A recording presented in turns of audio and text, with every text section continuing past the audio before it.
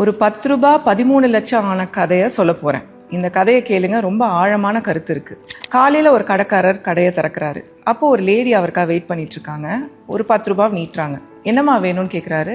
இல்லையா, நேற்றுக்கு நான் வாங்க வந்திருந்தேன், எனக்கு எக்ஸ்ட்ரா 10 ரூபாய் கொடுத்துட்டீங்க, அதை ரிட்டர்ன் பண்ண தான் வந்தேன்னு சொல்றாங்க. கடைக்காரர் சிரிக்கிறாரு. நேற்று 5 ரூபாய்க்கும் அவ்வளோ பார்கெயின் பண்ணீங்க, 10 ரூபாய்க்காக இவ்வளோ தூரம் வந்திருக்கீங்களான்னு கேட்கும்போது அவங்க சொல்கிறாங்க, பார்கெயின் பண்ணுறது என்னோட உரிமை. ஆனால் ஒரு விலையை நம்ம ரீச் பண்ணதுக்கப்புறம் 1 ரூபாய் உங்களை ஏமாத்தினாலும் அது என் கான்ஷியஸ் சும்மா விடாது சார். அதுக்கு தான் நான் வந்திருக்கேன். இன்ஃபேக்ட் நேற்று நைட்டே வந்தேன், நீங்கள் கடையை மூடிட்டீங்க, அதனால 2வது வாட்டியாக காலையில் வந்திருக்கேன்னொன்னே கடைக்காரர் ரொம்ப ஆச்சரியப்படுறாரு. 10 ரூபாய் தானம்மா, எதுக்காக 2வது வாட்டி இவ்வளோ தூரம் வந்தீங்கன்னு கேட்கும்போது, சார் அது உங்களுக்கு பெரிய விஷயமா இருக்காது, ஆனால் எனக்கு பீஸ் ஆஃப் மைண்ட் வேணும். என் ஹஸ்பண்ட் உயிரோட இல்லை, எனக்கு சொல்லி கொடுத்தது ஒன்று தான், யார்கிட்டயும் 1 ரூபாய் கூட நம்ம ஏமாற்றக்கூடாது. நம்ம ஏமாத்துறோம்னு நினைக்கிறோம், ஆனால் மேலேருந்து பார்க்குற கடவுள் இதெல்லாம் பார்த்துட்டே இருக்காரு, அக்கௌண்ட் வச்சுட்டு தான் இருக்காரு. இன்னைக்கு நம்ம தப்பு பண்ணால் நாளைக்கு நம்ம குழந்தைங்களுக்கு அது பாதிக்கும் அப்படின்னு சொல்லிட்டு போயிட்டு வரேன்னு சொல்லிட்டு கிளம்பிடுறாங்க. இந்த கடைக்காரர் பார்த்துட்டே இருக்காரு. உடனே என்ன பண்றாரு, கல்லாப்பட்டியிலேருந்து ஒரு 300 ருபீஸ் எடுத்துட்டு மார்க்கெட்டுக்கு போறாரு. அங்கே நேராக ஒரு கடைக்கு போயிட்டு, பிரகாஷ் இந்தாப்பா உன் 300, நேற்று நிறைய உனக்கு நான் சார்ஜ் பண்ணிட்டேன், எனக்கு அது கான்ஷியஸ் ஏதோ குத்திட்டே இருந்துச்சு, நான் ரிட்டர்ன் பண்ண வந்தேன் அப்படின்னு கொடுத்துட்றாரு. பிரகாஷ் சிரிக்கிறாரு.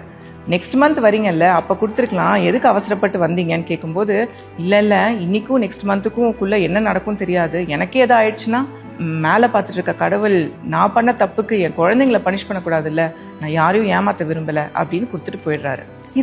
இந்த கடைக்காரர் போன உடனே பிரகாஷுக்கு ஒரே ஷாக்கு, ரொம்ப டிஸ்டர்ப்டாக உட்காந்துருக்காரு.